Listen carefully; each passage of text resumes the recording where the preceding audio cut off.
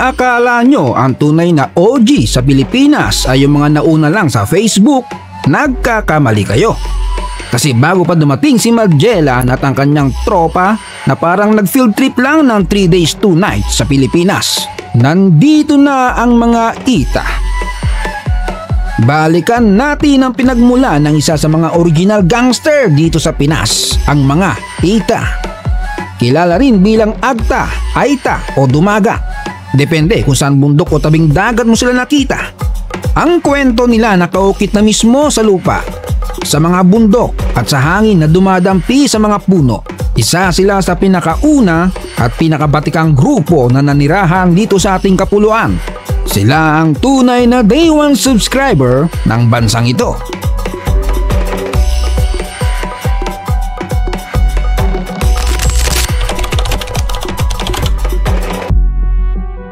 Tito John's TV. Libo-libong taon na ang nakalipas. Bago pa naging Philippines, ang bansa natin, nandito na sila. Sila ang tinaguriang unang tao sa kapuluan. Galing pa raw sa mga sinaunang migrasyon mula sa Africa na dumaan sa Asia at napadpad dito sa ating mga isla. Habang ang ibang tao ay busy sa paghahabol ng dinosaur, sila chill na sa kagubatan ng Zambales, Pampanga, Bataan, Tarlac at halos buong Luzon. Imagine nyo naglalakad, nagbabangka, wala pang GPS, pero petmalu nakarating dito sa Luzon. Ang kanilang itsura, kulot na buhok, maitim ang balat at malaki pa ng ngiti. Sila'y naging simbolo ng sinaunang pamumuhay sa kapuluan. Habang ang iba'y nagdadala ng espada, sila nagdadala ng knowledge sa bundok at survival skills. Noong unang panahon, sila ang hari ng bundok at kagubatan. Hunter-gatherer style, kumukuha ng prutas, nangangaso ng baboy ramo at umaakyat ng puno na parang walang effort. Marunong silang gumawa ng apoy gamit ang kawayan at bato. Mahilig din silang gumamit ng mga halamang gamot. Mayaman sila sa oral tradition. Yung mga kwento ng ninuno, kanta at sayaw na hindi nakasulat pero buhay hanggang ngayon. Hindi uso ang solo-solo mentality. Lahat ay magkakakilala, lahat nagtutulungan. May mga sayaw at kanta silang pasalamat kay Bathala. Ang mga kasalan at pista, mas bongga pa sa piyesta ng baryo. May sayawan, kantahan at kainan hanggang maubos ang baboy ramo.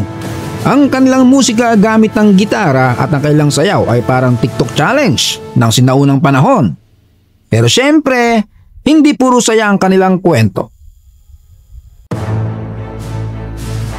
Noong dumating ang mga Kastila, Amerikano at Hapon, unti-unti napasok ang kanilang mga lupain. Ang dating malawak nilang bundok, unti-unting naagaw para gawing bukirin, minahan, kalsada at subdibisyon. Kaya hanggang ngayon, karamihan sa mga Ita ay nananatili sa kabundukan ng Zambales, Pampanga, Tarlac at iba pang bahagi ng Luzon. Pero hindi sila nawala, lumaban sila, tumagal sila at napanatili ang kanilang kultura. Ngayon may dalawang muka ang kanilang buhay. Una, ang tradisyonal.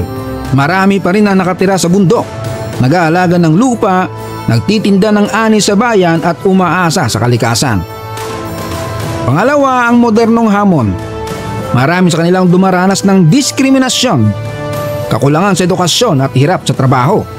Pero kahit ganon, marami na ring Ita nakapag-aral at naging leader sa kanilang komunidad. Sa panahon ng sakuna, tulad ng pagputok ng Mount Pinatubo noong 1991, isa sila sa pinaka-apektado, pero sila rin ang pinakamabilis mag-adjust.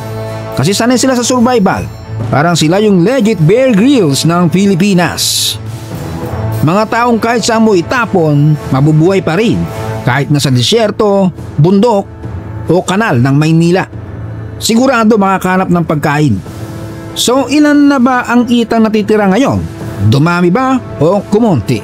Sabi ng Philippine Statistics Authority noong 2010 census, nasa 50,236 Ita ang naitala.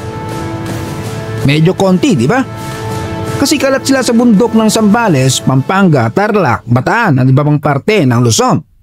Pagdating naman ng 2015, tumaas ng kaunti. Nasa 57,707 na. Parang subscriber count din yan. Dahan-dahan pero steady growth. Pero meron ding mas malawak na estimate na nagsasabing baka umabot pa ng 100,000 ang kabuuan nila nationwide.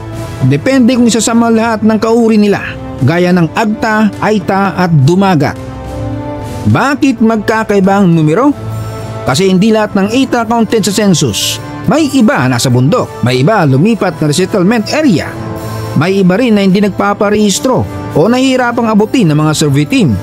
At syempre iba-ibang kategorya kung sino ang isasama. Ngayong 2025 kung pagbabasehan ng official trend, ngayong panahon natin nasa 50,000 hanggang 60,000 pa rin ang ita sa Pilipinas. Hindi ganun kalaki ang bilang, pero solid at matibay. Ang ita ay hindi lang parte ng ating nakaraan. Sila ay buhay na paalala ng ating ugat bilang Pilipino. Ang kanilang simple pero matatag na pamumuhay ay nagsasabing hindi lahat nasusukat sa cellphone signal, kuryente o likes sa Facebook. Minsan ang tunay na yaman ay nasa kalikasan at pagkakaisa. Kaya kapag narinig nyo ang kwento ng mga ita, isipin nyo to. Sila ang mga OG na hindi kayang i-pace out kahit anong bagyo, lindol o pagsabog ng bulkan. Buhay pa rin at proud pa rin, kaya saludo tayo sa kanila. At kung nag-enjoy ka sa kwento ng mga OG Pinoy, huwag kalimutang mag-like, share at isubscribe ang Tito John's TV dahil dito ang kwento ay laging may halong kwela.